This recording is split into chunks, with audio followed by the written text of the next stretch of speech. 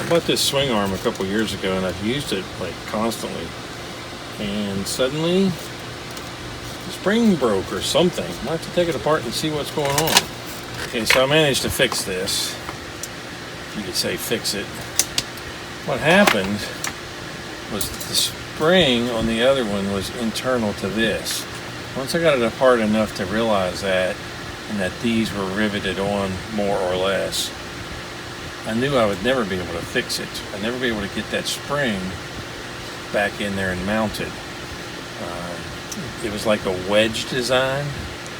It has to have special tools to get that in there to work correctly.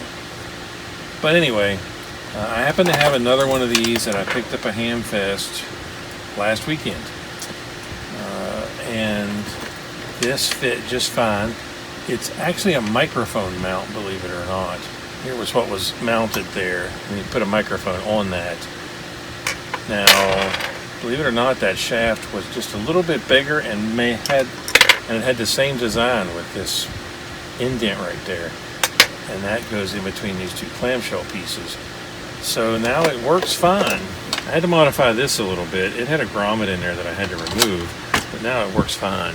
But I didn't use this that much, in my opinion, to make it fail like that. It's interesting, when I went to Harbor Freight's website to get the manual, I knew the name from right here, and it would not come up under that name. It did come up under the part number. So it was odd to me that I know the name, but I still can't search Harbor Freight's website to find it. A little odd. But not everybody would have a spare one of these. I bought it for a microphone stand to use with my ham radios. Now I use it as the mount for this light. So while I did salvage the light, kind of really disappointed that I even had to do any of this. If you like the videos, please subscribe to my channel. Thanks for watching.